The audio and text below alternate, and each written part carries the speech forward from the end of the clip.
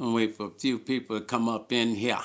And then we're going to start with our conversation.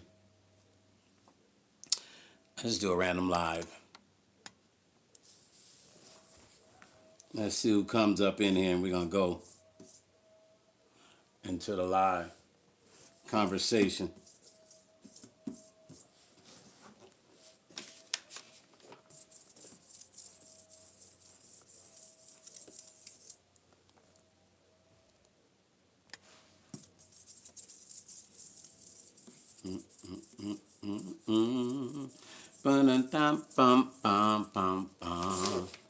Where y'all at? What's up? Waiting for a few more people to come up in this live, and then we'll go into my conversation. I'm trying to see who's in here. Oh, did I turn my chats on? If you're in here, I can't see you. Welcome to the... Hold on. Where's my little chats at?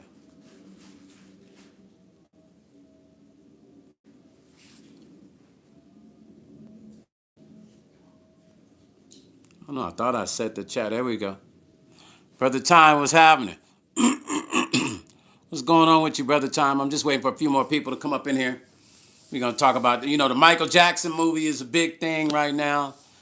And everybody's talking about it. So I'm going to talk about how I met the Jacksons, man. How I became, real good friends with Joe Jackson. How I met Jermaine, Jackie, and Papa Joe.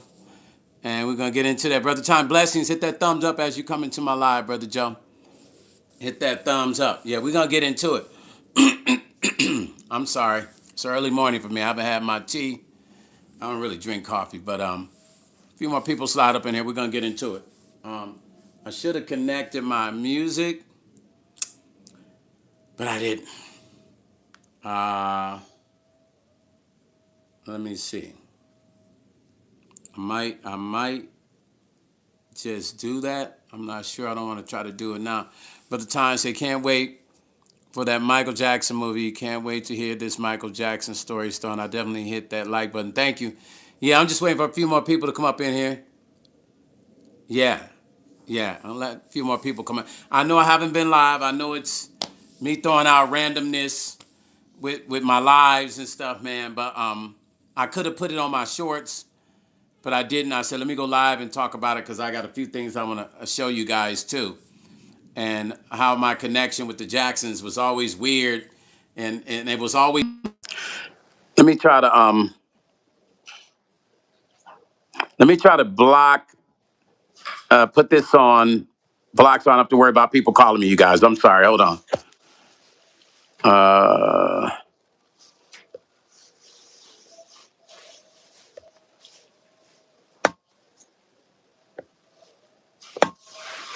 All right, here we go. Hopefully that works.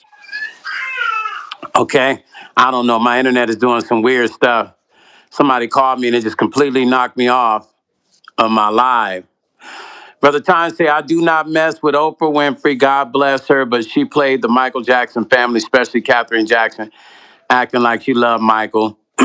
Turned around, disrespect Michael. Yeah, but there's a lot of people. She should have did that shit. Epstein. That's what she should have done. She should have done that to Epstein, which supposedly, allegedly, that's a friend of hers. Why didn't she do that with Epstein? Right? Mr. Frame, what's up, family? Yeah, how come Oprah didn't bring Epstein on and do that with him? She knew Epstein. They said that Epstein and her were good friends. Why did she not do that? But she want to do that with black men. She went after Russell Simmons. Somehow that whole thing got shut down. I'm not saying, like, if you wrong, you wrong. You did some wrong shit. You did some wrong shit. It is what it is, right? But I just noticed that she selected with the people she chose to go after, which I thought was kind of weird. I guess these people ain't gonna give me a break with calling. I thought I blocked it, so let me see if I can switch on. Brother Time, can you hear me? What's up, CC? Just had some girl named Hazelnut. What's her name? Hazelnut? Oh, Hazel girl. Said, called me a nerd. Yeah, I'm 100% nerd. Maybe you should try dating a nerd. Maybe you should think about marrying a nerd. You'll be in a better position Nerds rule the world, baby girl. CC, can you hear me? Time, can you hear me? D, what's up, family? I already seen it. My internet's acting weird, so forgive me. People log on and then it's been going in and off. So forgive me, you guys. So we're gonna get into how I met the Jackson family, right? We got Hazelnut on there. I mean Hazel Girl on here, who called me a nerd. I like that. Thank you, Hazel Girl.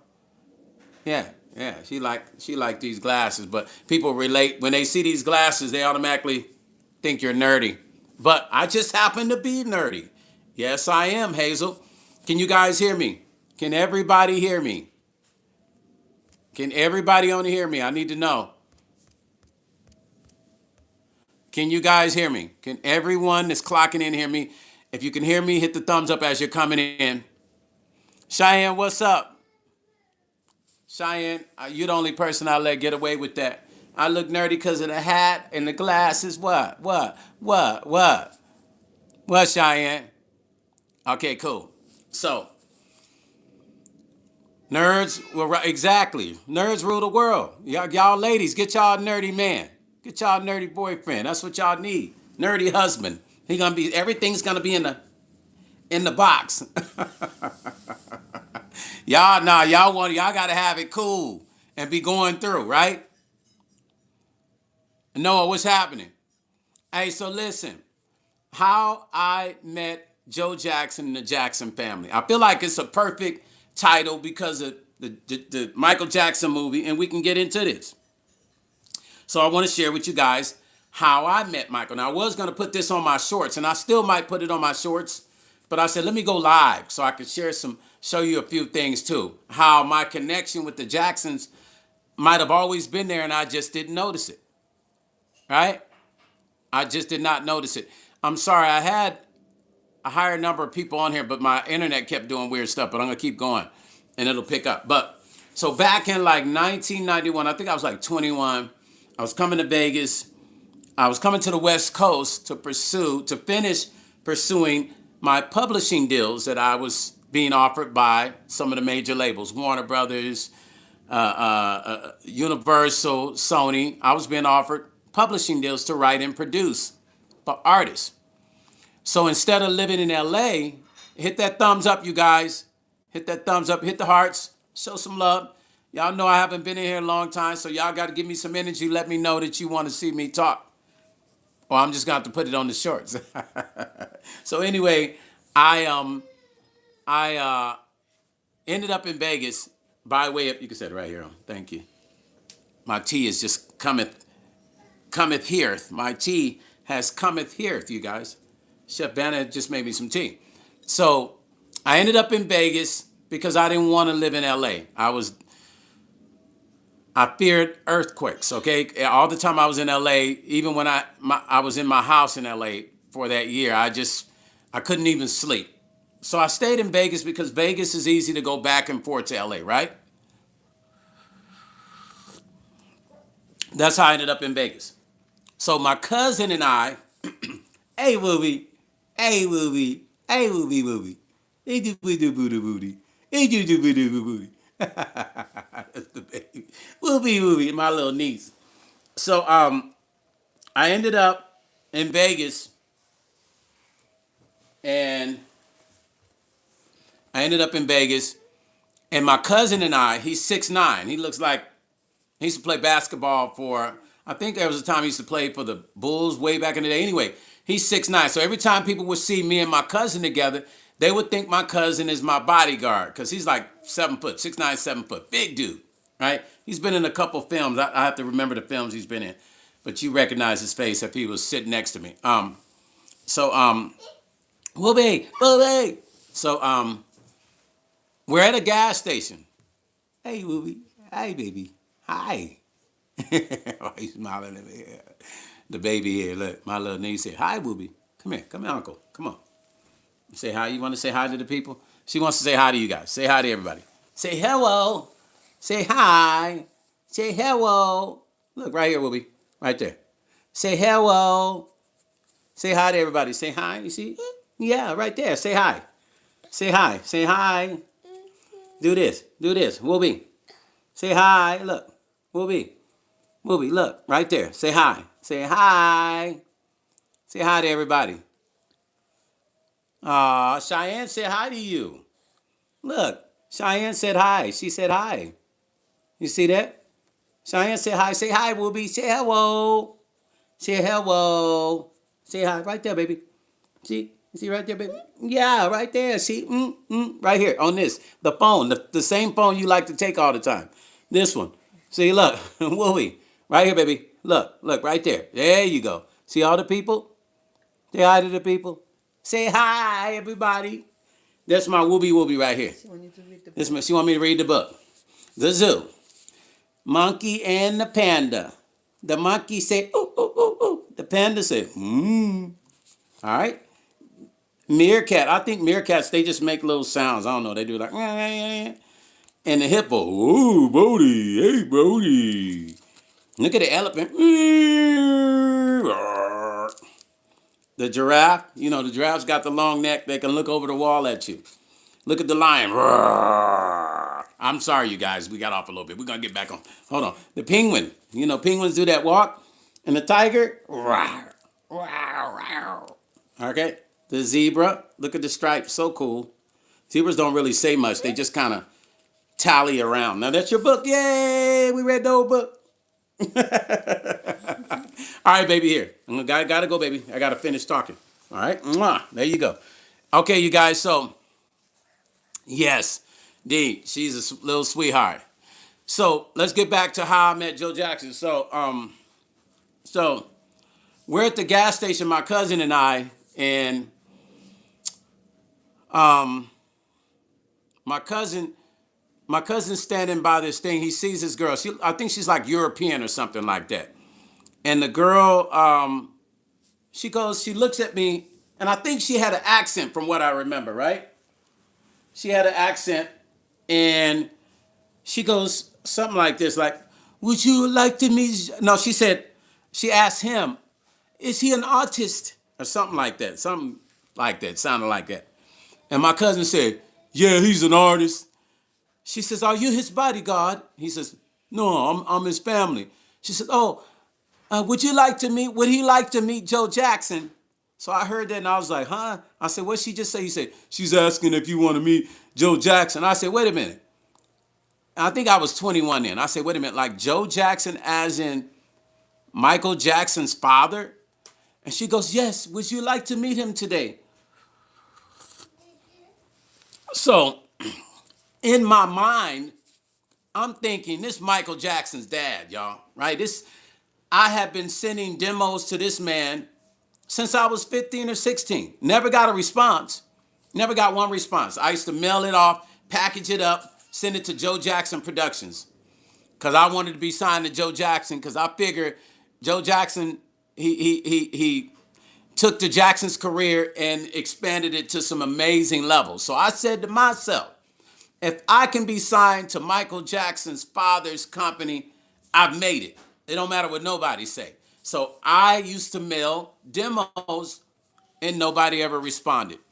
Fast forward to the future. This is why I tell artists and people, you got to manifest what you want into reality. Maybe I didn't realize I had manifested that into reality. Make sure as you guys coming into the live, hit the thumbs up. I didn't realize I had actually manifested meeting Joe Jackson and the Jackson family in a way that I didn't even realize I had done it. I guess from doing it so much, or sending the demos, and in my mind, like, I'm going to be signed to Joe Jackson Production, I had manifested my opportunity to go to meet him, and not just meet him, but to go to his house. Now, y'all know what I'm saying. Like, it's one thing to manifest something, but when you manifest yourself in somebody's house, that's some heavyweight shit, especially when you're talking about the Jacksons. People don't just show up at the Jacksons' house. People don't just show up at their house, period. That's not something that happens. If you're lucky to even get inside the Jacksons' house, you've done something pretty amazing, right? Because they just don't trust nobody. They don't trust nobody, and rightfully so. Vanessa said, dear, how are you doing? What's up, Vanessa? Vanessa Branch, it's been a minute, Vanessa. How you doing? Hit that thumbs up, Vanessa. So good to see you. I miss all my regular folks, man, and I'm sorry that I haven't been on the live, but it just takes a certain amount of the energy for me to get on this live and talk to people.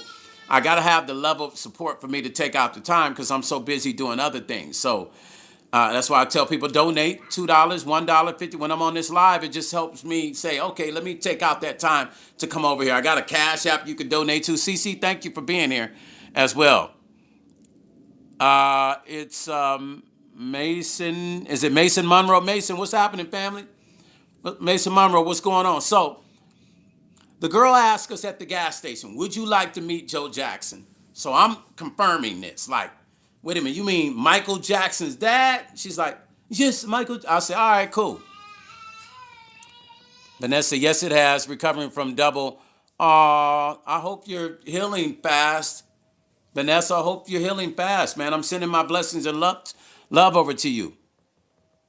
What's up, Mason? Man, nothing, family. I appreciate you being here. Make sure you guys hit that thumbs up as you're in here in my live, man. I love you guys, man, for that. Listen, so we get in the car. She calls Joe Jackson first, and I hear her talking. Joe, I have this artist I want you to meet. And I guess he must say, yeah, can I bring him over? I meet at the gas station. Okay. She says, follow me. We follow her. Yeah, but God, yes, absolutely, Vanessa. Much love. Monroe, much love. So we follow her to Rancho Bel Air. Rancho Bel Air is like this high-end neighborhood here in Vegas. And we go through the gate, and we pull up to the house, and we walk up to the door, and knock, knock, and the door opens, and it's Miss Jackson. And I'm like, yo, this is crazy.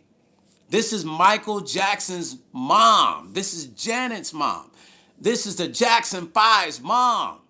Oh, this is crazy. And I said, how you doing, baby? Y'all come on in.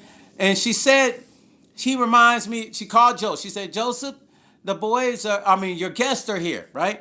And then when I call him Uncle Joe through the years, right? So when Joe comes in, she said, Joseph, he reminded me of one of the boys. That's what she said about me. And that shit made me feel good. I was like, damn, Miss Jackson said I remind her of one of the boys. I was like, damn, man. I feel like I'm a Jackson. That made me feel good, though, by the way, because Joe continued that throughout the time that I've known him. He continued that energy that Miss Catherine presented, right?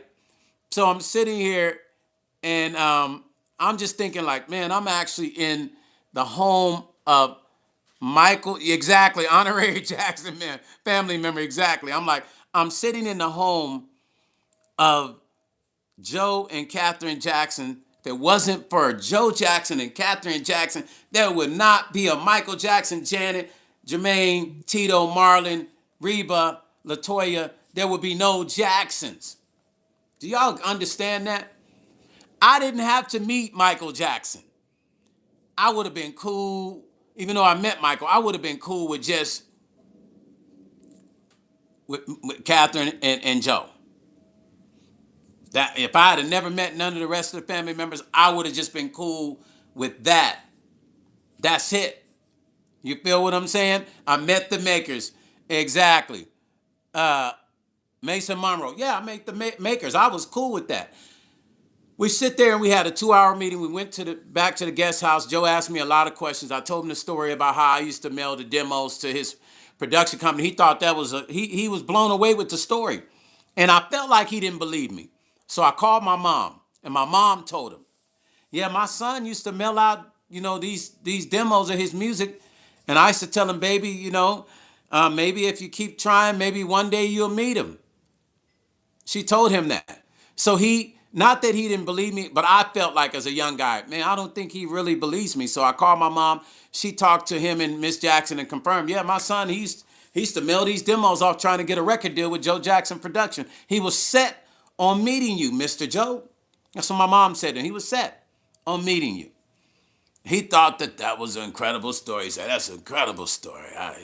He was just, that's amazing. Like, you were determined. I said, yeah, look, this is why I tell artists and people, what you think is what you manifest, bad or good. Be careful what you put into your mind. Be careful what you put into your mind, right? Healthy body, successful, healthy body, healthy, you're healing from the inside. All the positive things you need to say about anything you want. The words have power. I spoke it. Not only did I speak it, I thought it so much that it ended up happening, and the universe put me right there at a gas station connected to a woman that knew Joe that took me to his house. Vanessa said, look at you now. You are destined for fame. Vanessa, I know. And so, Vanessa, I'll tell you, Vanessa, my life has been an anomaly of some of the most incredible things. But, Vanessa, here's the thing. I had no idea I was connected to the Jacksons, and this is how I knew it was meant for me to be around Joe. And typically I was always around Joe and Majestic, which was Joe's really good friend and a close friend to the family. But through the years, I meet another guy who I end up working for, being CEO of this entertainment company that hired me in Anaheim Hills, and they got me a house and all that. And the guy that was a part of helping with that, his name was Jerome Howard. Now, Jerome Howard helped the Jacksons when they did their deal with the Moonies, the Korean family, right? He was part of writing, I think Jerome wrote the book. Jerome Howard wrote the book, had something to do with the book, or wrote the book. So there's another connection.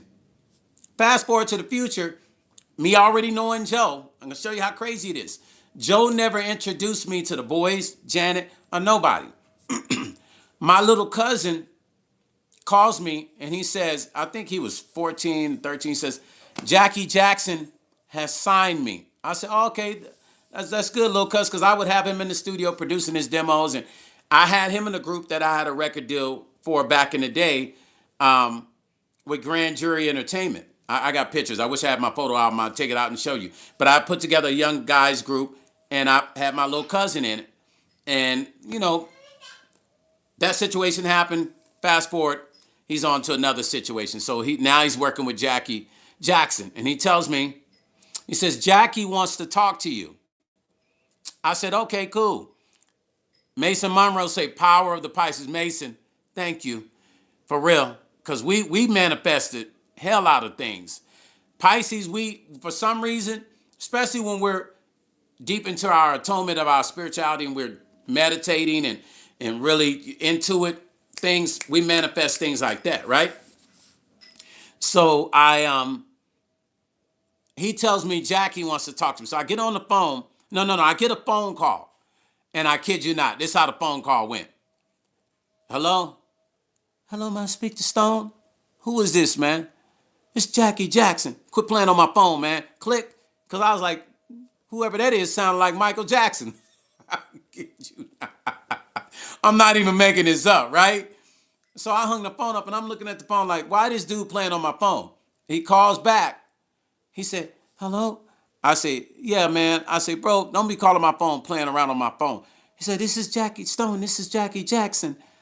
I say, why are you trying to sound like Mike? If this Jackie Jackson, why are you trying to sound like Michael Jackson? Right? That's what I say. He said, this is Jackie Stone. I say, okay, so, all right, okay. He said, I'm working with your cousin Dane. I say, okay, I'm like, oh shit, this is Jackie, right? I said, okay. I said, and I wanted to ask him, yo, why are you talking like Michael? But I didn't say it. I left it alone. I said, okay, Jackie, what's up? He said, I need you to put together some choreography for Dane. I need you to get him and the group together, and I need you to do this and do that. I said, no problem. I got it, Jackie. I got it covered. That's how I met Jackie. Not through Joe. Joe never introduced me to none of the family, right? I met the family separate, right? That's how I met, remember that. That's how I met Jackie. And then the more I talked to Jackie, the phone calls went like this. Remember, initially it was, hello, Stone. Next time Jackie called me, it was, hey, Stone, what's up? It's Jackie. I'm kidding you. I don't know. The voice was deeper the next time. But anyway, I laugh at that. So Jackie, awesome person, man. Loving, awesome, cool. So fast forward to the future, I'm good friends with Kool and the gang. And Kool's brother, Amir, it's like a big brother to me, right? So Amir calls me one day and he says, Stone, I need you to go to California with me. And I said, all right. He said, yeah, I need you to ride with me. I was like, all right, cool. I said, where we going? He said, I got to take care of some business. I said, all right, Amir, let's go. Because because Amir falls asleep behind the wheel. So he got to have somebody ride with him. I love Amir, but I always worry about when he's driving cars and he's the only one driving. So I was like, all right, cool, I'll ride with you. So me, him, and another friend rode to California. Now, we're pulling up. Can y'all hear me? Can everybody hear me? Y'all good? You guys can hear me? Thumbs up if you can hear me. We're pulling up to this house, and I'm looking at this house, and I say to myself, man, this house looks familiar. They get to the gate and said, this Amir, buzz him into the gate, and we're pulling in. I said, dang. I said, this look like Michael Jackson's house that he grew up in. Amir says, it is. This is the Havenhurst house. We pull up to the Jacksons' home. Here we go again. Okay, Vanessa, thank you. Here we go again. Now we're at that house that's in the movies. The one that you see Michael with his llama and all his animals. We're at that house. And I'm tripping out. I'm like, yo, this is crazy. I said, oh shit. I'm just kind of freaked out. I think I lost the words and shit. Olivera, what's up? So we pull into the house, and here I am at the Jackson's house. The one where Michael had the studio, where when they moved from Detroit to LA, that was the house they pretty much grew up in before Michael left and did the Off the Wall album. This is where he lived. So I'm looking at the house. All of a sudden, Jermaine comes out and he greets Amir. And Amir says, Jermaine, this is Stone. So I'm like, I'm thinking to myself, yo, this is crazy. I'm meeting each family member one by one. I'm like, this is nuts. Like, and I never told, here's the crazy part. I never even told Jackie or Jermaine that I knew their father, that I was close to their father. I don't know why I never told. Maybe in my mind, I thought maybe they had talked and they shared notes and was like, oh, you know, Stone, maybe. But I never told them that I'd been around Joe and I knew Joe and how long ago I had met Joe. Because at that time when I met them, I'd already known Joe now for about 3 years, right? So here I am at the Havenhurst house. Here's Jermaine right here. He's talking to Amir. He's telling us to come in the house. And I'm like, yo, this shit is crazy. I met Joe. I met Jackie. Now I'm meeting Jermaine. And then after that, met Tito. And the whole thing was just, it's an anomaly of how it worked, of how there were so many things that showed me that I supposed to have been around the Jacksons in some capacity, whether to help, whether to just learn from Joe or whatever. The universe put me around the family like that. Then I met Tito, and me and Tito was cool, and I was like, yo, this is crazy.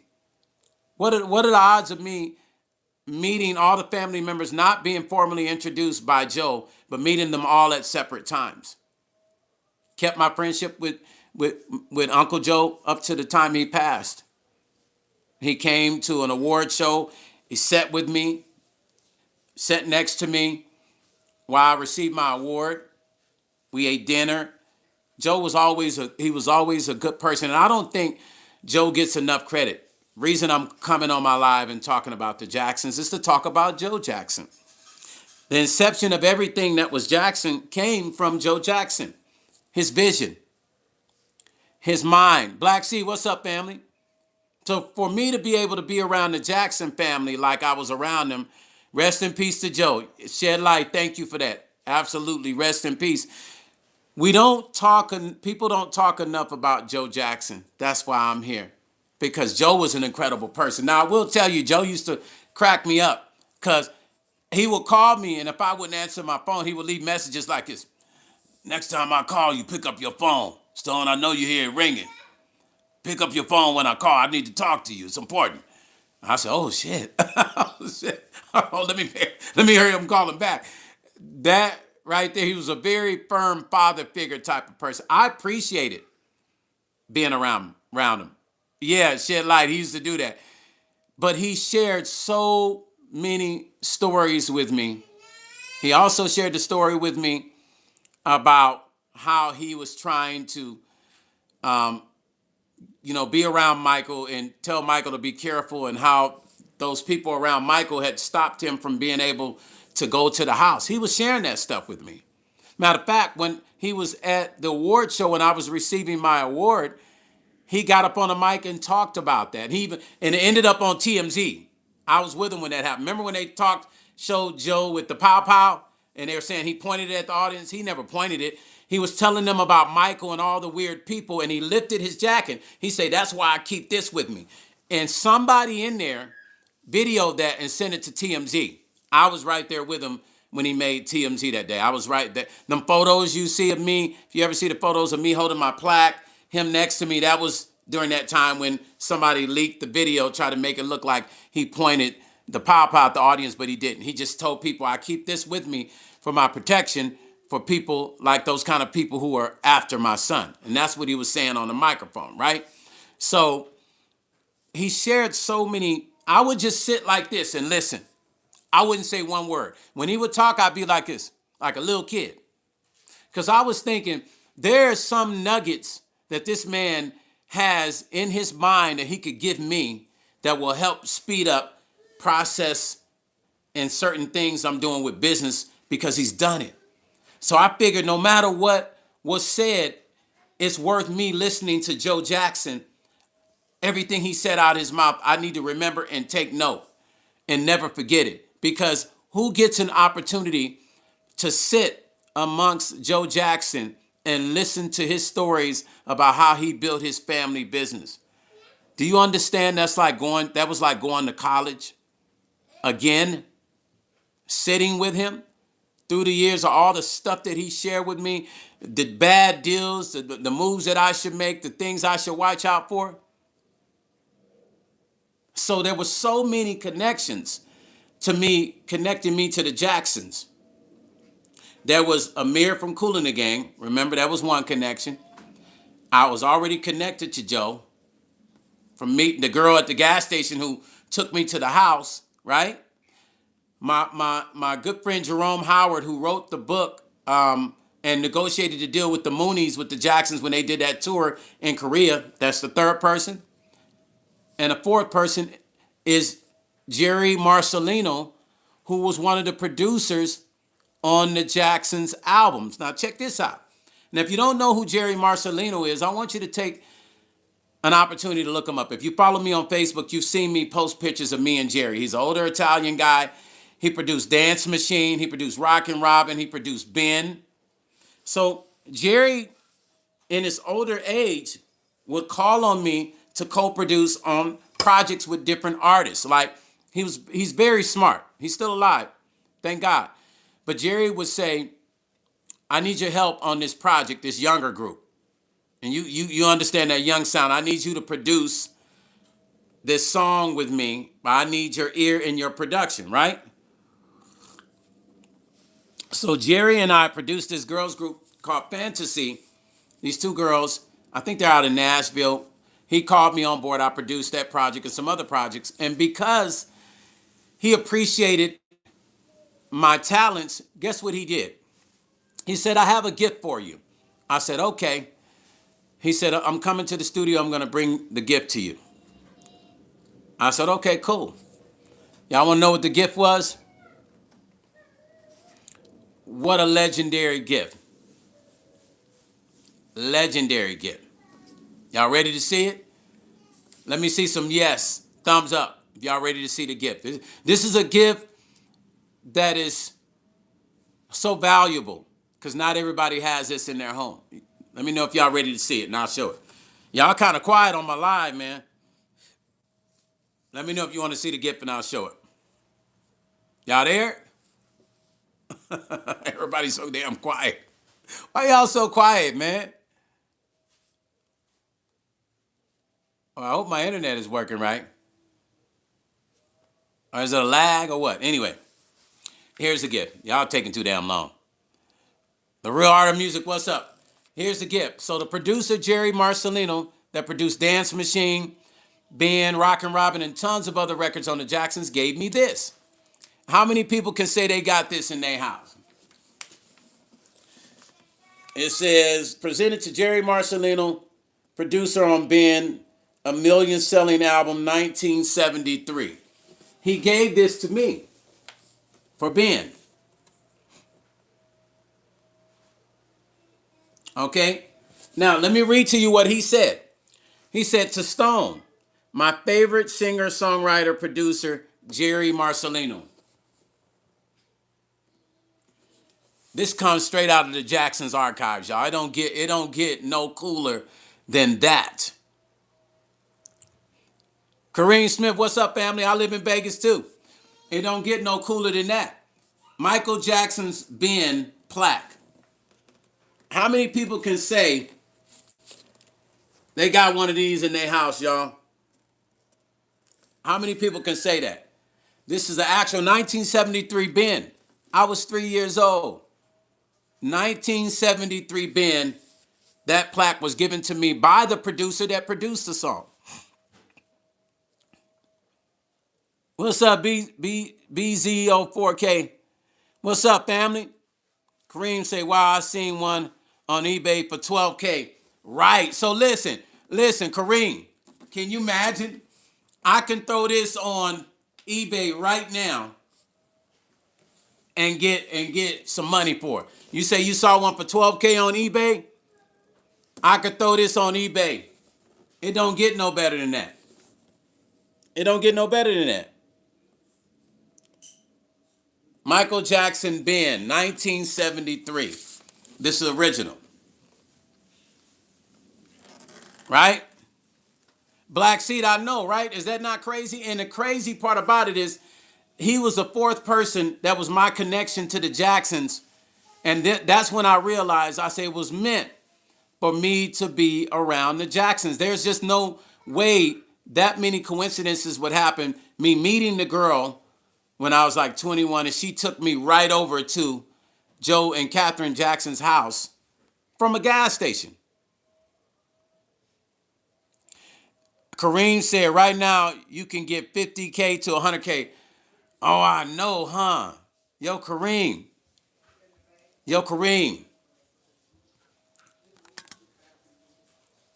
Kareem. I'll get that. Don't worry about it. I'll clean it up. Okay? Let me clean it up. I'll clean it up. Oh. Oh, really? She did? Dang. Wow. Wooby.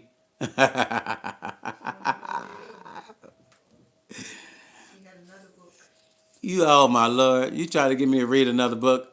What? What? You aren't going to read another book, huh? Yeah, so somebody was saying I can get 50. They saw one of these online. They say they saw one of these online for 10K. And they say right now you can get 50 to 100K for this one. Wow. Yeah. Hang on to it then. Yeah, well, at Michael Jackson. That's Michael Jackson. Yeah, Kareem, I know. Isn't that crazy? I mean, it's so many. I mean, it's like I got a guitar out of B.B. King's house sitting over here. It's my guitar that was given to me by his daughter. I have so many cool collectible things from just being in the industry and around cool people, man, and I'm thankful. But I'm more honored. And I wanted to talk about all these. Another thing I wanted to talk about with the Jackson was you see all these impersonators, right? And I understand that's flattery, right? People want to be Michael. So, but this is what I want to say to any Michael Jackson impersonators out there. Anybody that's wanting to be Michael. Everybody tries to be Michael. But I've never seen nobody go, wait a minute, I'm inspired by Michael. Michael was inspired by James Brown. That's why he took some of the moves, right? But he created Michael Jackson. You understand what I'm saying? There is nothing wrong with being infatuated or liking an artist, but find who you are. There's only gonna be so many people to do there's 100 million motherfuckers trying to be Michael Jackson. I mean, at some point, that's some psychological shit. Now, don't get me wrong, I don't mean to be mean, y'all. But that's psychological, because when you stop wanting to be yourself and you wanting to be somebody to the point where you would change your face, nose, and your eyes.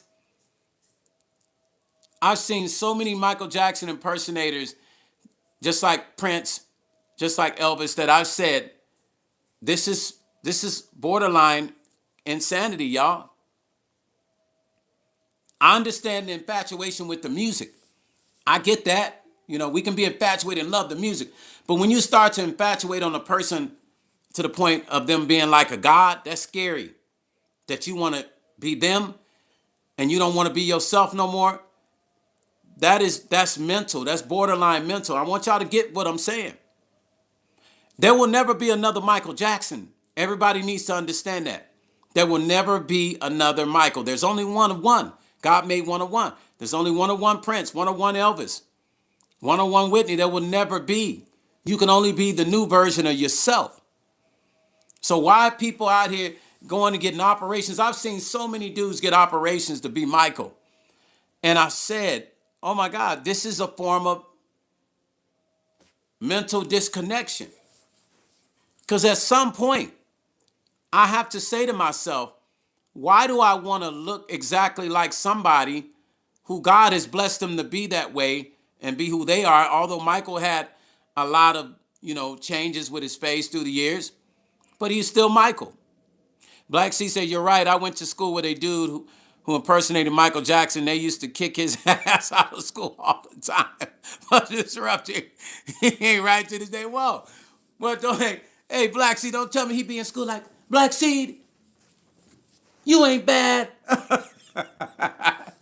Black Seed, you ain't bad. Yo, listen. I don't care what nobody says. That kind of stuff causes mental disconnection. Think what you have to do. Kareem cracking up. Hey, Kareem, he talking to Black Seed from the back of the class. Black Seed, you ain't bad. Hey, listen. Can you imagine what it takes to make yourself go? Black Seed say people will hype him up on purpose just so they can get in. I wish I went to your school. Bro, we had this guy back in Illinois. His name was Johnny Jordan. And he actually ended up moving to Vegas and they found him passed away. I don't know what happened to him, but his look changed. Like he looked like the early Michael, like off the wall. And then after that, I guess he wasn't willing to do the operations to look different, but he had passed away here in Vegas, but his name was Johnny Jordan. And he was like the Michael Jackson around us. It seemed like every community in every city, in every black city, had a Michael Jackson. In every city, right? The black community had a Michael Jackson, right? So my thing is, it's okay to love the music, but when does that cut off? When is there a cutoff? You remember Kareem Smith? You remember Johnny Jordan? Because he came out here.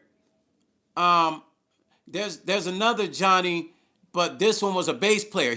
I know he wasn't a bass player. He's a drummer. Johnny was a drummer too, and he ended up passing away here in Vegas. It's really weird, man. Black C said, and his brother thought he was Michael Jordan. They was twins. So in their family, they had Michael Jackson and Michael Jordan look-alike. That shit had to be weird. They probably was repeating the Space Jam video in their garage. But look, honestly speaking, Depression Talk. What's up, family? Thank you for hitting that thumbs up for your brother Stone. Listen, you guys, I say this. That is some mental shiznick. But because to make yourself believe that you're somebody else, it takes a certain amount of mental disconnection. Like you got to understand, I'm making myself believe I'm Michael Jackson. I'm a Michael Jackson impersonator. To get into character, I have to make myself believe that I am Michael. I have to eat, sleep, and drink Michael. So what happens when you become Michael? You lose who you really are. And then there's going to happen, a collide is going to happen in the middle where your real person of who you are and the fact that you want to be Michael will collide, and that's going to cause a serious mental disconnection. There's a dude, I don't know if his name's Fabio, I don't know what his name is. He's a Michael impersonator. And dude looked pretty close to Michael, and I said to myself, he tried to say, I've always looked this way. I've always looked this way. That's what he said. He said he always looked that way. Then he showed some younger pictures on, bro, you don't look like Michael, man. Stop it, man. and I think he's Spanish or something, right? And then it seems to me he was disappointed with Michael's nephew playing Michael. I think he thought that they supposed to pick him because he felt like he looked more like Michael. There's a lot of motherfuckers out here trying to look, and some of them look very close to Michael. I don't think he's the only one. But he didn't have a lot of positive things to say about Michael's nephew. And I was like, dude, you're an impersonator. You can't sing. Dude can't sing. You're a Michael Jackson impersonator. You don't look like Michael. I would rather have Michael's nephew playing Michael than just a random dude. I'm sorry. I, I'd rather have his nephew Jafar playing him. I was happy they chose Jafar instead of an impersonator. Because do you know psychologically what that would have done to every impersonator had they chose a Michael impersonator? They would have made these dudes feel like they on top of the world. And then you got to use a Michael impersonator now. So I'm glad the family said, nah. Red Clay, what's up, family? I'm sorry, y'all. People, I mean, when these people call me, they really call me and keep calling. And I've done everything to try to block, but I don't know what, I just, whatever. Anyway, so be yourself. Fine. And if you're an artist, if you really, and if you're not an artist and you want to be Michael, at least become an artist. So try to become an artist, man. Try to become an artist. Why not? Try to become an artist. Put out records. Michael had records that became hits. Michael Jackson had records that became hits. See that? Michael had records that became hits. Become an artist. Become an artist. At least create music and step into the corridor of artistry. So you know what it feels like to be an artist. So you know what it feels like to go through as an artist. Oh, you know. Instead of being like Michael, instead of trying to be like Michael, I'll say again, you can paint your face, you can have operations, then what? You go around staring at other Michael impersonators like this because you feel like you look more like Michael. What is the real point in being an impersonator to the point where you go in and get plastic surgery? To me, that's just kind of crazy. Y'all feel what I'm saying? Well, my internet is acting crazy. Is my internet acting crazy? Can you guys hear me? Red Clay, can you hear me? Hit that thumbs up, you guys, as you're coming into the live. How can you do the Michael Jackson facelift, plastic surgery, and then go every day and have a normal life? As in normal life, as in, because you're not Michael, you're a normal person. So how do you have a normal life as an impersonator with all that stuff going on? I don't know, y'all. Y'all tell me. I sure hope my internet is not doing nothing freaky again, you guys. The plane. The plane. No, people keep trying to call me. Whoopee! Are y'all there? Let me know if you guys are still there. Whoopee!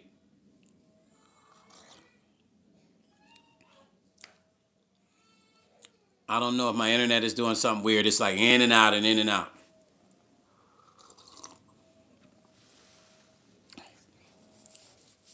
If you guys can hear me, thumbs up. I have no idea what's going on. It's so weird. Anyway, I'm gonna try to finish this out. So to see oh, there we go. Black C said, well, is getting a BBL considered the same thing as something mental? Yes, Black C, that's a fact. LeVern Bryant, what's happening?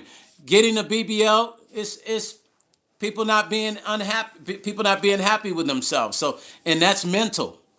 Because I feel like if I get this done, you're gonna like me more. Or I feel like it's gonna make me feel better about myself. That's not kinda, that is mental. Because if you don't love what God gave you, then it's like You're gonna keep touching that up, and that shit's gonna get worse. It's not gonna get any better. The Michael impersonators, they go through phases. I just don't. As a person, I just don't agree. That's just me. I don't agree with the fact that a person feels like they need to go and soup up their face and do all this crazy shit. That's just me, man.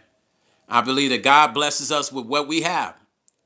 He blesses us with the face, the body, the knowledge, our brain, and we cultivate it. We take it and either cultivate it or we take it and it never gets cultivated, and we leave this earth never really living out our real purpose. I don't think that the purpose of all these Michael Jackson impersonators is to be Michael. I'm sorry, y'all.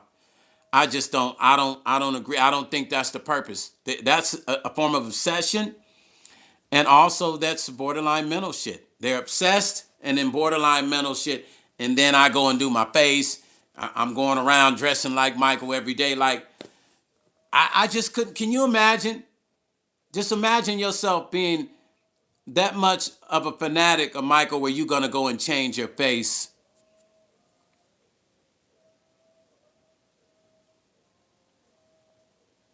That's extreme. That's extreme, man. When all you got to do is appreciate the music, keep Michael's legacy alive. Play the music, share the music, talk about him, talk about your favorite song. But no, I want to go look like Michael. I got to dress up like him. I got to go around town and be Michael. I got to get online and frown at other Michael impersonators because I feel like I'm the best. The Michael thing has turned into like some street shit. Michael impersonators be kind of banging on each other. Yeah, online. They kind of be going at each other. That's turned into like some street shit. You know what I'm saying? Like, I'm the best looking Michael. I'm the one that look like Michael the most. You don't. Black C said, I agree, brother. It's a crazy time, y'all. Listen, I have an original Michael Jackson plaque. Ben, look at that. This was given to me by my good friend, the producer that produced it, Jerry Marcelino. He gave this to me because I produced a project with him, and for his thank you, along with paying me, he gave this to me years ago. You won't find these nowhere. Now, somebody came on here and said, man, that's 10 grand. I saw one online for 10 grand, somebody said. Black City said, I'm sure you see the Michael Jackson banging on each other. Yeah, bro. Black Seed, I've seen some crazy stuff with the Michael guys here in Vegas. Yeah. Yeah, especially on the strip when they be doing their little spots and stuff. Yeah. And the Elvis ones are really, the Elvis ones are just, you can't tell them nothing.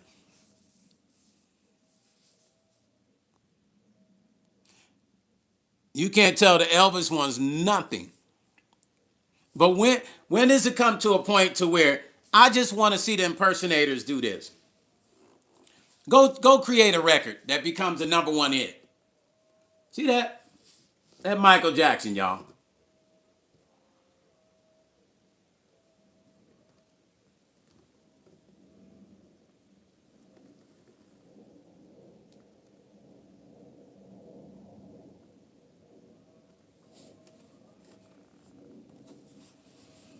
Y'all see what I'm saying?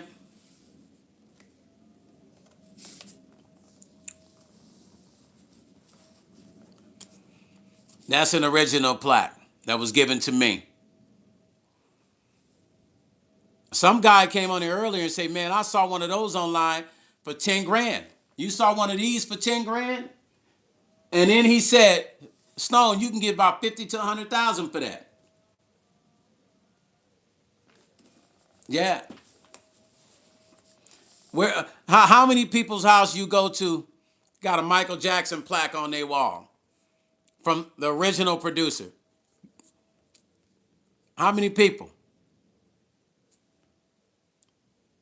Come on, y'all. Work with me. I feel like with this movie coming out, to me, I'm like, that's legacy. I got a piece of history right here next to me.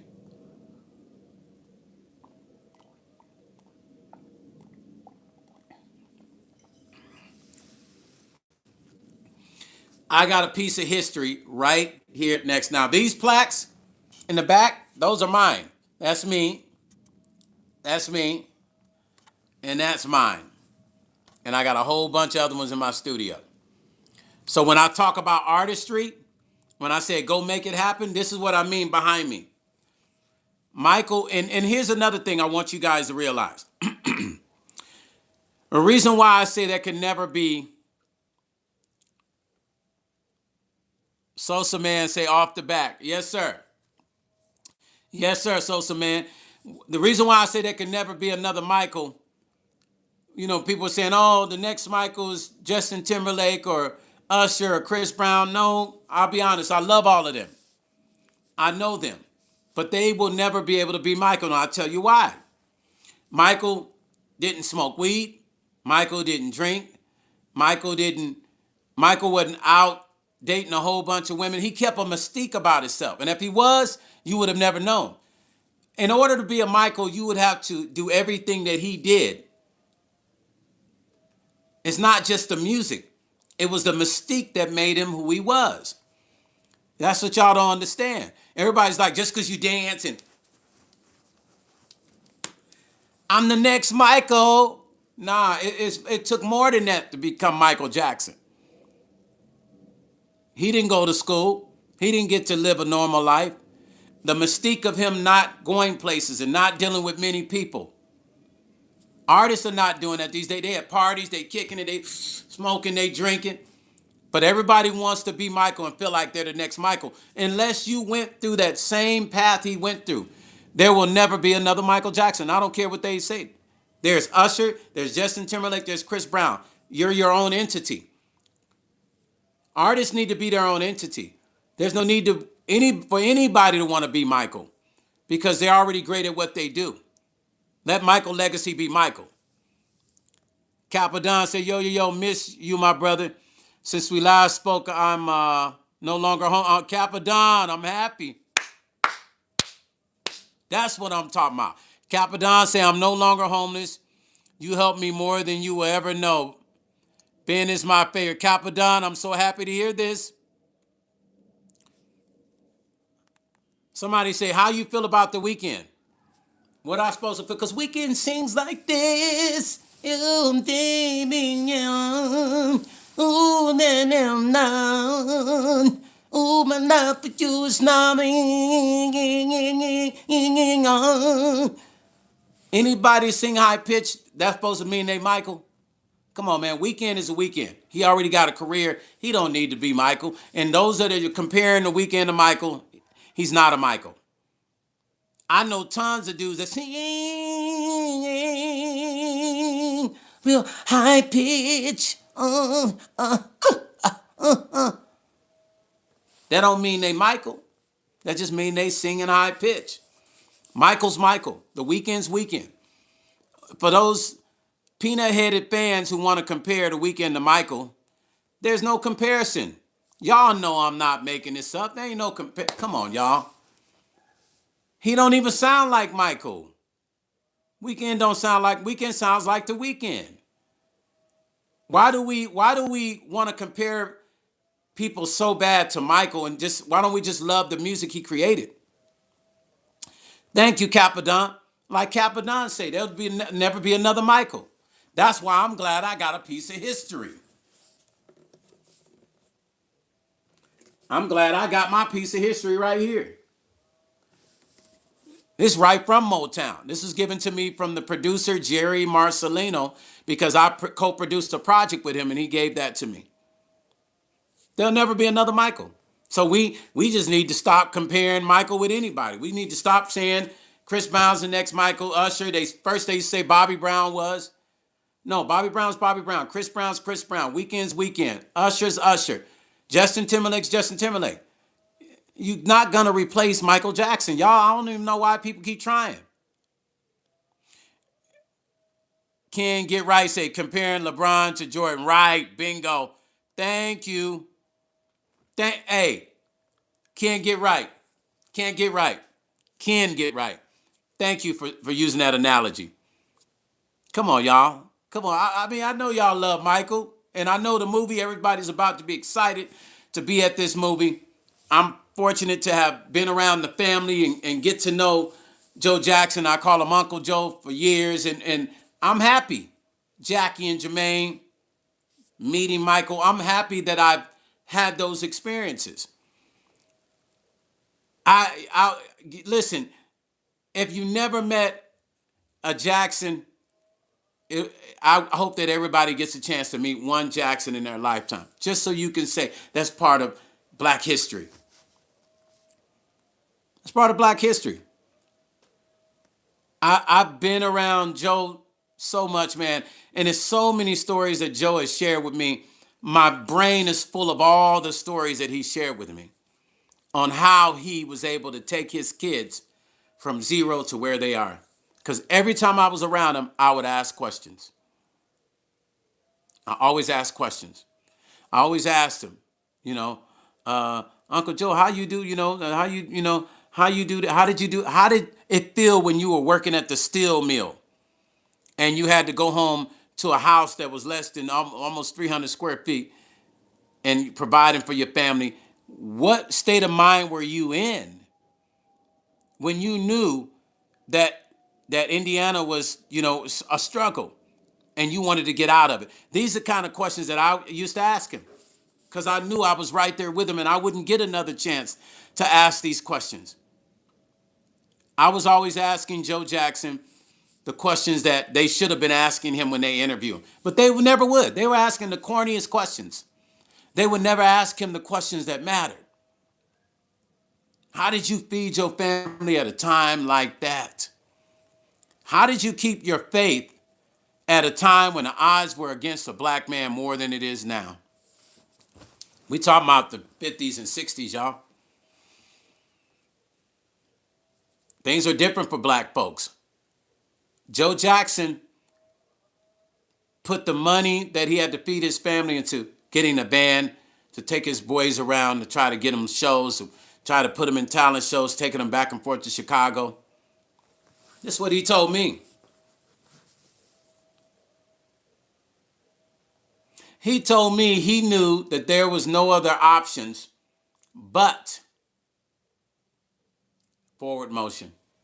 He knew there was no other option. He had no other out. The only out was to go make things happen once he saw how talented his kids were, to make them even that much more proficient with their instruments. And he knew the only out they had was through him taking his kids and getting behind them and not looking back.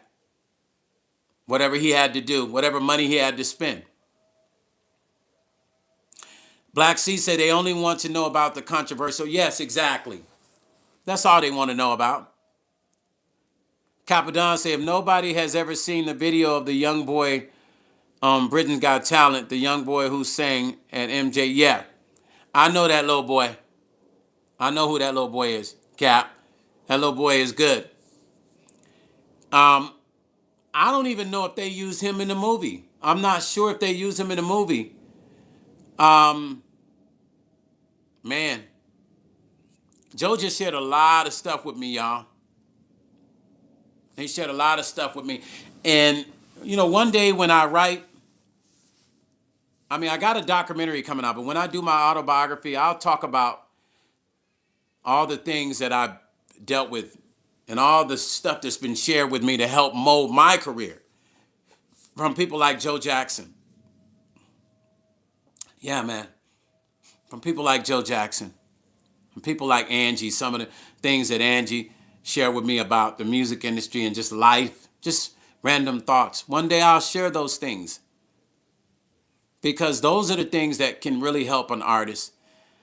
I'm just so happy that I spent my time asking him questions. And he was never, he never got upset with me asking him questions. He always wanted to share.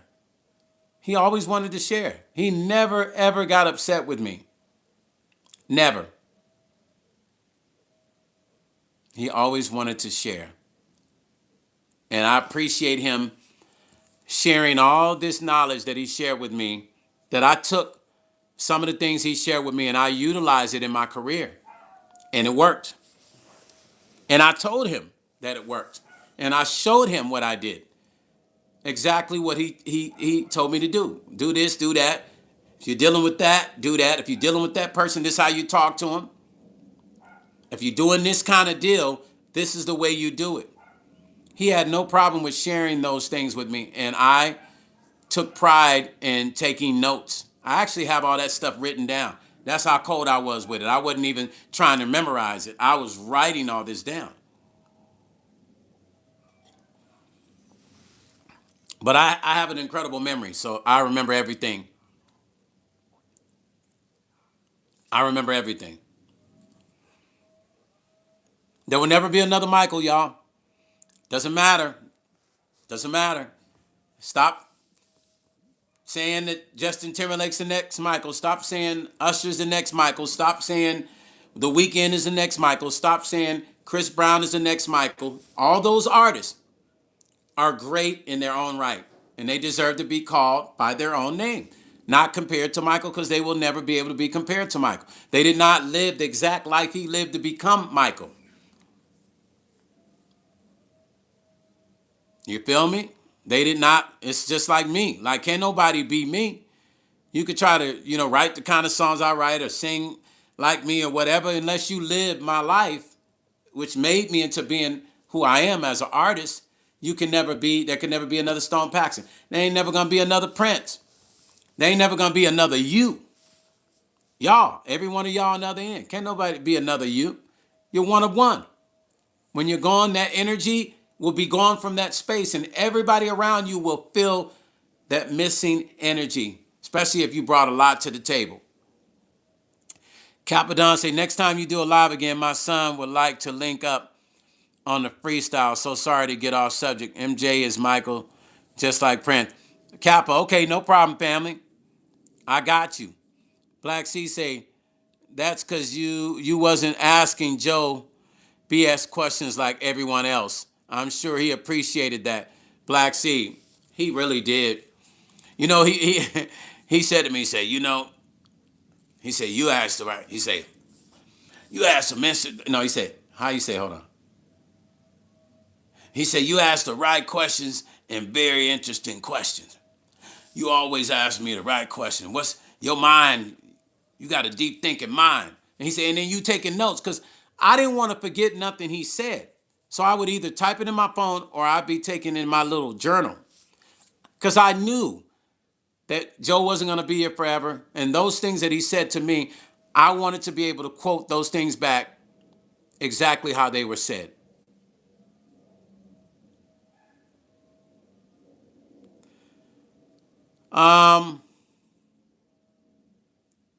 Wow. Rock With You. Rock With You is one of my favorite songs. Man, he just got all of Michael's songs dope. But I love Rock With You because of the essence of the instrumentation that was added. All the instruments they used in that song, to me, it just had something about that whole album. Off the Wall was just a vibe. Period. And you know what? Artists have tried to duplicate that vibe. There's artists that have went back to try to duplicate that vibe, and you still can't get it. Justin Timberlake tried to do his little Michael rendition. The Heart of Philadelphia said that's one of my favorite. Yeah, come on now, Rock With You. The dun dun dun dun dun dun dun bum bum bum bum bum bum dun dun dun dun bum bum bum bum bum bum bum bum. Yeah, it just is such a vibe about that song. It's just hard to explain. And then modulation. When he came back in, when they go, I wanna rock with you, I wanna go, he comes with the rock all night, yeah. Just that whole vibe. Ooh, man, that song, I could play that shit over and over again. But see, I'm caught up in the essence of the music. That's where my fandango ends on the essence of the music. That's it. I used to be in a group back in the day. I kid you not. The group, when we got our first deal, one of the guys in the group, he wanted to be Michael so bad, man. He would wear the glittery sock. Oh, Lady in My Life, one of my favorite too. The Girl Is Mine with him and Paul McCartney. That was super, super incredible. Yeah, that was incredible. So this guy in our group, let me tell you all what he used to do. Remember the Time? I love Remember the Time too. Oh, PYT. Now, wasn't PYT was on the Off the Wall album? So see what I'm saying? How all those records felt good, that Off the Wall album? But look, this dude in my group, he will wear the glittery socks on stage. And he always wanted to take a break in between our performance and do like a Michael Jackson. He wanted us to do the moves. And I always felt weird about it. Not that I didn't like Michael, but I felt like I was not being genuine as an artist. So when that part of the show would come up, I would leave the stage and go backstage. And I would tell them, I'm not doing the Michael shit, bro. Y'all got and they had the gloves on. They would put the Michael glove on. He had glittery socks, and they'd be up there. I said, bro, I'm not doing the Michael skit, bro. I'll be backstage when we go back to our regular songs. I'll come back on stage. I would always leave the stage, always. I just couldn't do it. And he was a Michael fanatic, so much so that when I left that group, they tried to replace me. That group I created myself, right? Called Trey. They tried to replace me with a dude that he sounded just like Michael. I ain't gonna lie to you back then. His name was Terry A. And when I tell you that dude sounded like Michael, I mean he had the all that. All that. He had all the extra. He had it down. He sounded just like Michael. I was like, all right. But now the group is not original because you trying to be the Jacksons now? So when I left the group, I just focused on my solo career. And I knew it wasn't going to last because it wasn't built on a solid foundation. It was built on cats. This one cat in the group wanting to turn the group to the Jacksons. And he wanted to be Michael. I'm like, man, stop it. Kappa said, you said that at the same time about Prince. God loves us for asking questions, not lie the norm. Another great song by MJ, which is underrated. Earth song. I'm totally colorblind, random. Yeah, man. Papa Don say, I learned to dance. Earth song was, this man has so many records, man. And he should be acknowledged for his great writing. We don't even acknowledge him for his great writing. Everybody's so infatuated with his dancing and his performing that they forget that he was a great writer. They like the songs, but they never talk about the artistry in his writing. Kappa, thank you for that. Michael Jackson was a great writer and arranger, and he could produce. A lot of people don't even know that. When I talked to Michael, I didn't realize how proficient Michael was. Michael could play guitar, keys, drums, yeah, bass, yeah. Michael knew all that. Most people don't even know that. Most people don't even know Michael, because of course you're around musicians in your family. You're gonna pick up the bass and learn. Michael could sit on the piano, come up with chords. He wasn't a dummy. All that stuff he created with his head. He would hum it out because he was that talented. Most great musicians hear the idea in their head before they create it. But to create the idea in your head and go and lay it, that's the thing. To be able to come from here into a concept and create it, now that's where it's tricky. But he was able to do it. Peace River said they also forgot he was a businessman. Like he was a man. Peace River, was he not a cold businessman? I didn't get to ask him questions about. I wish when I was around Michael, I would have asked him more questions about like business and stuff, like why he made some of the moves he made. What pushed him to buy the Beatles catalog. I wish I would have asked him those questions. I wish I would have asked Joe those questions about Michael. I asked Joe questions about the Jacksons. Like Joe told me a lot of reasons he made business decisions and why he made the moves that he made. Let me tell you one question I asked him, right? I asked him, and I think I don't know, he seemed like he got upset with me, but he didn't yell at me or nothing. But I asked him a question. I said, how did you feel when Janet switched management companies at that time? Did that bother you? That's the question I asked him. And he kind of looked at me like almost like he was saying, I can't believe this motherfucker asked me this question. He looked at me and he kind of just shook his head and he said, that wasn't a good decision at the time, but I knew she had to make a decision as an adult to make her feel like she was in control of her career. So I had to sit back and do this because I knew I had made great decisions for my boys in their career. So I wasn't worried about if I was not going to make the right decision for my daughter. He said, but during that period of time, it was more about her making her own decisions, he said, and letting her make her own decisions, even if it was a wrong decision. He said, I didn't think it was the right timing, but look, history happened. I guess it was meant for that to be, and here she is now.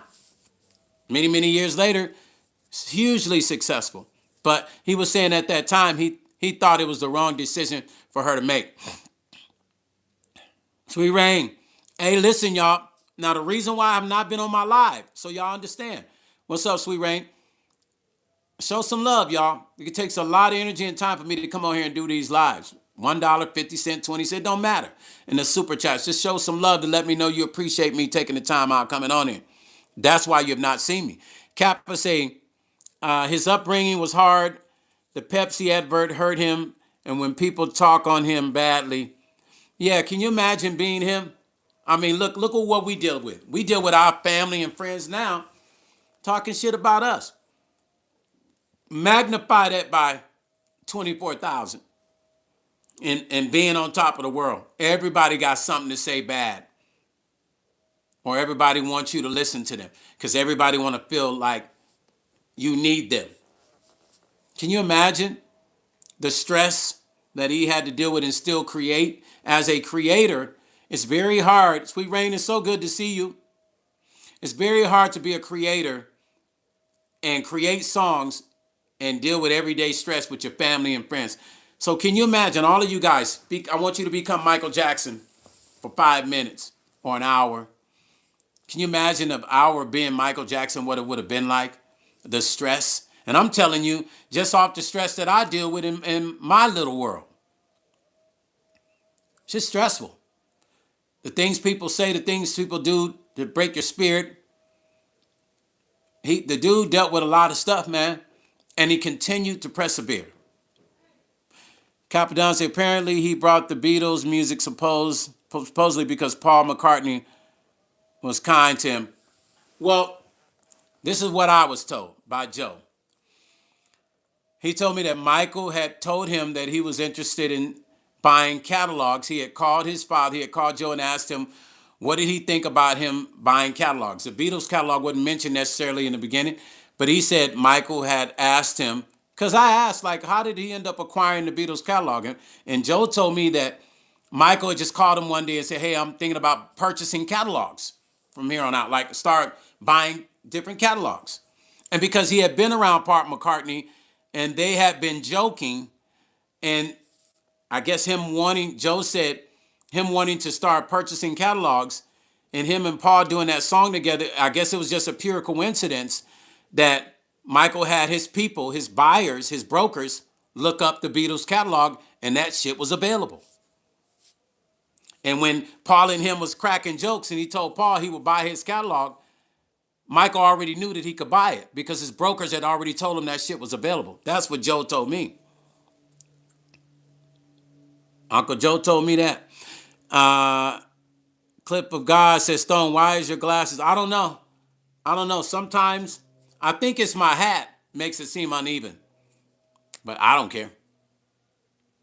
I don't care if it's uneven.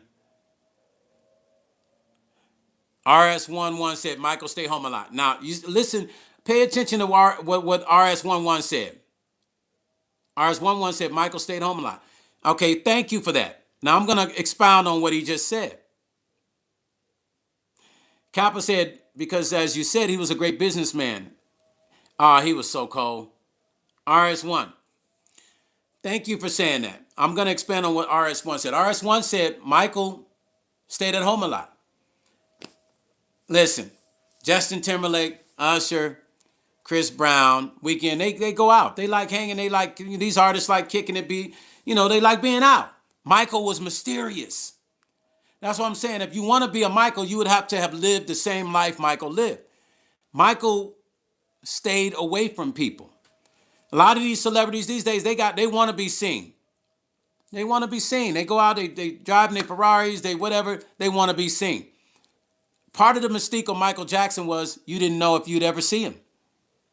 On any given day, any of these new celebrities you want to see, you can go to any Hollywood party, be in Vegas, and you'll run into them at one of the clubs here. They out and about, y'all. There's no mystique to them. But people saying they want to be Michael. No, you would have to literally live the same life he lived. A child of God, I'm trying to understand why my glasses bothered you that much to say, why are my glasses uneven? They're not uneven. If I tip the hat back straight, they're even. It's the hat that's making you think they're crooked, and they're not. Ray Wana said, excellent topic. You know the most of Jacksons I want to see. You want to see their house? Taiwana? Ray Taiwana, you want to see their house? Black Sea said they tried to demonize him for buying the catalog, but they do it all at the same to us. Yes, listen, you know why? Black Sea, you know that he owned pretty much a bigger stake in Sony, and if he had moved that catalog, they would have went out of business. Maybe a lot of people don't realize that he owned a majority stake in the song. So had he taken them and left, which is what his plans were, allegedly, what I know, and what his dad told me, Sony would have went out of business.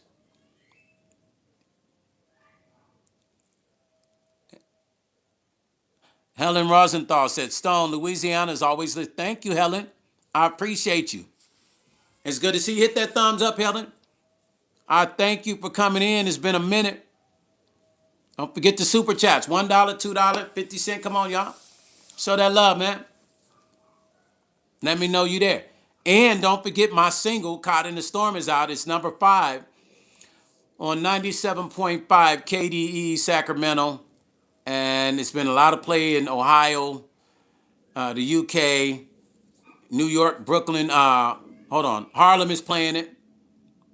So make sure if you don't, I don't know, CC, if you're on here or not. I don't know if my moderator's on there. If not, in the subject line, after this video is over, the single Caught in the Storm will be in here. You guys can go click it. Go to Spotify, add Stone Paxton Caught in the Storm. I need all of y'all to go follow me on Spotify and put that song in your playlist. Caught in the Storm. Capadon say, be none of that. We are all human. If you don't like how his glasses look, don't look. Thank you. Because that was kind of weird that person would say my glasses are crooked. Like, I'm having a goddamn conversation. What is my glasses, child of God? What my glasses got to do with anything? Like, that kind of freaked me out a little bit. That was kind of weird. Kareem said, I'm back. Ken Get Right said, my mom used to work at a bank in Burbank back in the day, and she said they used to keep the bank open after hours just for Michael Jackson and his brothers. You know what? Your mom wasn't lying to you. I know that's the truth. That's the only time they could bank was after it was kind of closed. Sweet Rain said, we got some cornballs in here today. Thank you, Capadon. Sweet Rain, you know, when we come back up in it, we always have a few, but it's interesting. The name is Child of God or whatever it is. And then they want to say some stupid stuff about my glasses. I'm like, who cares? I don't care if my glasses are like this. Are you OCD? Yes, you're dealing with your OCD too early today. That's what that is. You have an OCD issue. You're the kind of person that if the plaque is crooked, you're going crazy. You know that's a disorder that you need to get help for? Like you want to adjust everything in the house. That's a serious disorder. Black Seed family, thank you for leading the pack today by giving me a $2 super chat. I appreciate you for that, family. I appreciate you. Living Money Politics. What's going on, Living Money Politics? What's up? I'm confused. Ray Wanna, listen, if you go to the house, I got to see Michael's original room. Kappa said, can I find the song on there? Isn't it? It's on YouTube too. Stone Paxton topic page. As soon as you type in Stone Paxton topic page or just Stone Paxton caught in the storm, it'll pop up. I'm in the process of probably shooting a video for that, filming the video for it. Listen, we're never going to have another Michael Jackson. This weekend, starting today, go out and enjoy that movie. And remember, your boy Stone Paxton has a plaque for Ben. I might just throw this online.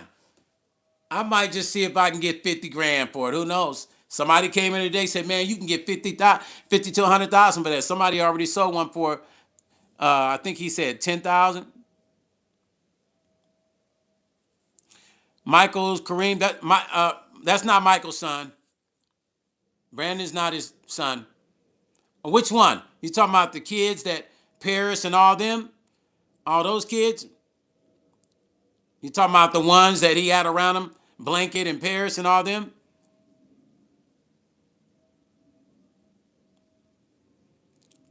Living Money Politics, I appreciate you, family. Thank you so much for that. Sweet Rain say, I will go out and see the movie. It's going to be great. Ray say, congratulations on your album and singles. Ray, you know we don't stop. It's all about that good music over here. It's all about that love, man. I will create this great music until I'm no longer here. And then it will live on. It will continue to live on. And people will be like, man, that dude made great music, man. Stone made great music, man. You feel what I'm saying? Oh, no, that's not his real son. I don't know who told you that, but that's not his real son. No, he didn't. He didn't. Nah. Kareem. No, Kareem. You know Joe Jackson used to manage Mickey, right? Joe Jackson used to manage Mickey. That's not Michael's son. That's all I'm saying. And he'll never tell you he's Michael's son because he's not. He's pretty transparent. Brandon B. Howard is pretty transparent. He'll tell you. B will tell you. If you ever ran into Mickey Howard, Mickey probably cuss you out, but she'll tell you that ain't Michael's son. Mickey Howard don't play. Mickey, I love Mickey. She don't play. She'll probably cuss your ass out, but she'll tell you that ain't Michael's son. And B. Howard he's a good kid, man. He'll tell you. You know, that's why he don't say nothing when people say anything. Can't get right. Thank you for the dollar super chat. I appreciate you for that. Child of God say, I just asked a question because people just let people look any kind of way without saying anything. They can see a person with a booger in their nose and still, okay, well, you know what? All respect, child of God. Thank you for that. I do have times where there's a booger hanging, and then later on, my girl would say, you know there was a booger hanging out your nose. And I say, how come you didn't tell me? Dang. So you're right. So you're absolutely right. Thank you. Now you explain yourself. All respect. I appreciate that. But yeah, when I tip the hat, it makes the glasses look crooked. You know. Sweet Rain said, I tried to get the time off for May, and the PTO calendar was full of all months. But October and September, I will be in Vegas on September the 5th. My sister wants to go to Vegas to see Chris Brown. Ray Twana says, Stone Paxton always dresses fly. Yes, I am waiting on my invite too. What invite, Ray? Ray, you in Atlanta, right? I think Ray in Atlanta. Ray, you're in Atlanta, right? Capadon said, if you could ask MJ and your younger self a question, what would you ask? And what also would you want him to ask you? Sorry, got ADHD, so It might sound confusing. No, it doesn't sound confusing. Wow, what's that? What's that? Who's gifting me? What is that? Whoever did that, that was cool. It's a new thing they got. Somebody just gave me a gift. Okay, Capadon asked me a question. He said, if you could ask MJ and your younger self a question, what would you ask? And also, what would you want him to ask you? If I could ask my younger self a question and Michael a question, it would have been, how do you persevere through the people that pretend like they support you and they really don't? And how do you disconnect? I just saw a fly up in here, y'all. And somebody been leaving this door open. I just saw a fly in the house. God dog it. I hate flies in the house, especially when you got dogs. Anyway, I would ask Michael, how do you navigate knowing the people that really support you and the ones that don't, and separating the two without having people catch feelings for you being honest with them about them not being supportive? That's what I would ask him. And then I would ask the younger me, why do you care so much about what people think? Because a younger version of me used to care too much about what people thought.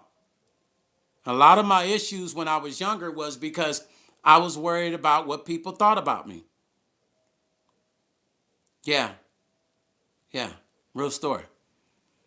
I was always worried about what people thought about me. Like it mattered for my survival. And if I had a question that I would want Michael to ask me, it would be,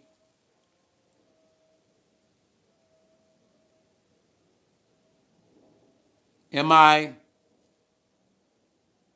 going to be able to withstand the tough times that happen in the music industry when it seems like nothing is working, when it seems like you're not making any money, when it seems like there's a lot of jealousy and things against you? Will you be able to continue to stand your ground and make it through? That would be a question I would want Michael to ask me, because I would have a great answer for him, especially at this time in my life, because I went through all that. You see, the music industry looks good and it looks fun and easy and everybody wants to do it. Sweet Rain says $700,000 for a regular ticket. I can only imagine what the VI, $700 for, I know, you see what I'm saying? That's just stupid. Stupid good in a good way, but it's ridiculous. The fans should be able to, shouldn't even be that much. Like, come on. Even if you had to just spring out, like, we got to just show this movie for the next 2 years or go straight to DVD. Can't Get Right says Stone must have been in the Bay Area because we wear our beanies different ways. Got mine on now. Yes. Well, okay. So Can't Get Right. I deal with E40 and I deal with D-Shot. They're like my extended family and Sugar T. Those my peeps. So I'm on the West Coast. I'm in Vegas, but those my peeps, man. They're like my extended family. So Sugar T, if you're watching, love, she got a new single out. Go check out her single. D-Shot got a new album out. I produced a single on that album. So Can't Get Right. Those are my people. And so, and then I'm always into fashion. I'm outside the box with everything I do anyway. Oh, Hollywood, that's you. That's you. Okay, I got another Ray on my channel, which spelled similar to that. She's from Atlanta. So you said, yeah, you got to see the house, Hollywood. You got to see the house. The house is incredible, but they don't do no tours. I don't know if they'll ever open the house for tours. They do like events there, but not really no like where you can go in and tour the house. I don't think they're really doing that yet.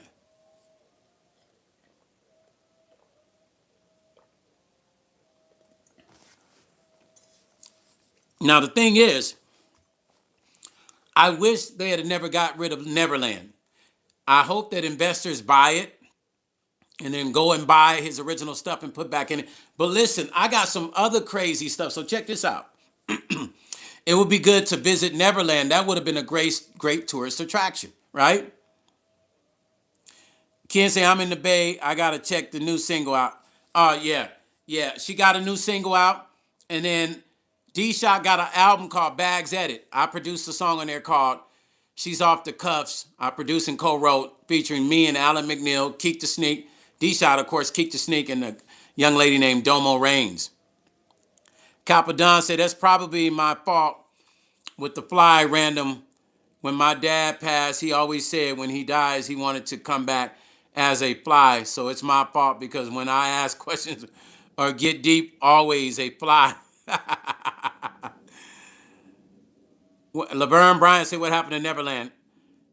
Michael let it go. Usher tickets in Alabama. What? Are you serious? Yeah, with Kick the Snake. Listen, I remade that song by Bobby Womack. If you think you're lonely, I turned it into like a trap beat. It's off the hook. It's called She's Off the Cuffs, D-Shot. Laverne, Michael Jackson, after they did all that crazy stuff, he let it go. He didn't want to have nothing to do with it. Yeah, yeah. But it'd be cool if, people were able to see it. Now, I'm probably going to do another video live. I got this. Okay, Michael Jackson had an auction, right? And I think it was the auction for the Neverland Ranch. I can't remember. Sweet Rain said, oh my God, I love the song, If You Think You're Alone. Yeah, I reproduced that for the rapper D-Shot, E40's brother. I remade that track, Sweet Rain. And the song is called She's Off the Cuffs by D-Shot, featuring me and Alan McNeil from Troop on the chorus, and I produced and co-wrote the record. I have this collector's book, right? They were having the Michael Jackson auction. His dad called me, Joe called me and said they're having an auction. He told me what day it was, and I went. I got this book. It's put up. I'm going to open the book, and it's so cool, man. I'll go live again maybe later, maybe tomorrow, and I'll open the book, and I'll go through the book and show you all the cool things that they had at the auction. And this auction was pretty much invite only. Capadon said, his name eludes me, but my man from Home Alone stuck up and told us Neverland was his. Yeah, Macaulay Culkin. You know all that stuff was a setup, man. Listen, Michael knew things about people that he wanted to talk about and tell. That was all a setup to shut him up. He knew things that he wanted to talk about, and they wanted to shut him up. He knew things about people that was doing things, and they wanted to shut him up. RS11 said, I wanted to go to that show as well, but I can't afford it. I will just go to the Vegas and enjoy shopping, getting my... You talking about my performance? Well, the date's going to be moved because the venue hasn't even hit me back on the 31st date anyway, Sweet Rain, so no worries. I'm thinking about doing a live, almost like a tiny desk concert from my studio, where people can pay to stream it live. I'm thinking about starting to do those maybe a couple times a month with my band live right from my studio. That way nobody has to travel. Can't get right. I haven't. I wanted to. I supposed to have, but never did. And, it'll come one day. I love Raphael. I'm sure him and I will do some work one day for sure. I'm 100% sure we will. But look, I got this collector's book, right? And in this book, you will not find this book nowhere. I could sell this book too if I wanted to. When I tell you it's got all of the Michael Jackson stuff that was on auction, you will not have seen this book unless you were there.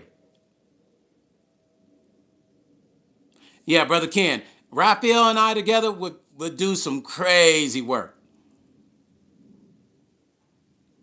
But this book I got, oh man, I'm too lazy to go get it.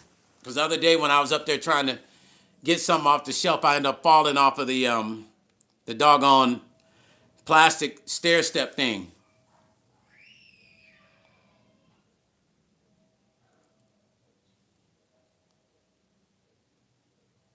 RS1 said, I wanted to go to that show, well, but I can't afford it. Which show, RS1?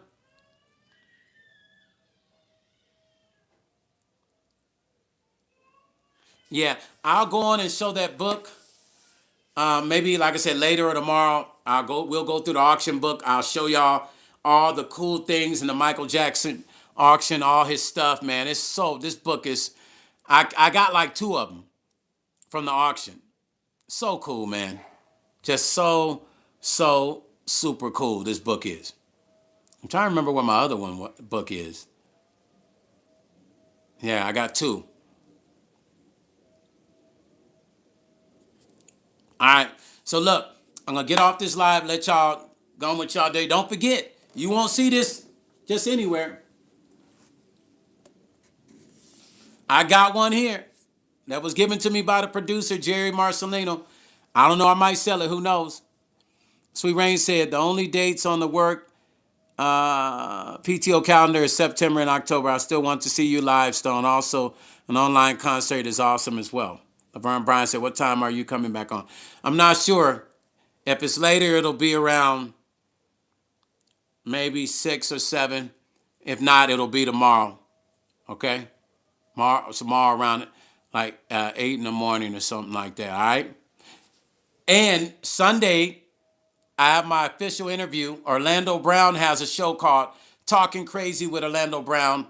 Meech and I are going to Arizona to be interviewed by Orlando on Sunday. So, like I said, we can go to La New. Yes, we can, Sweet Rain. Cap say, if you could have a duet with MJ, would you remix one of your favorites? Or would you? I would make a new one, Cap, because I would want to make history with him on a new one. So I would just create such a crazy up-tempo joint with him, man. And listen, he talked to me about, at his mansion here, he talked to me about, he heard my CD. And he talked to me about getting tracks. Like, I want to check out some of your tracks when I'm working on a new album. So it was just a random conversation, but it never happened. Yes, we can, Sweet Rain. All right, you guys, listen. Have a great day. Peace and love. I appreciate you for clocking in. All of you that have given the super chats, thank you. Much love to you, man. I appreciate you guys. Stone Paxton Music and Life. I'll catch you on the next one. And I'm out. Let me know what y'all think about that movie when we talk tomorrow, all right? Peace. Sweet Rain, love you too.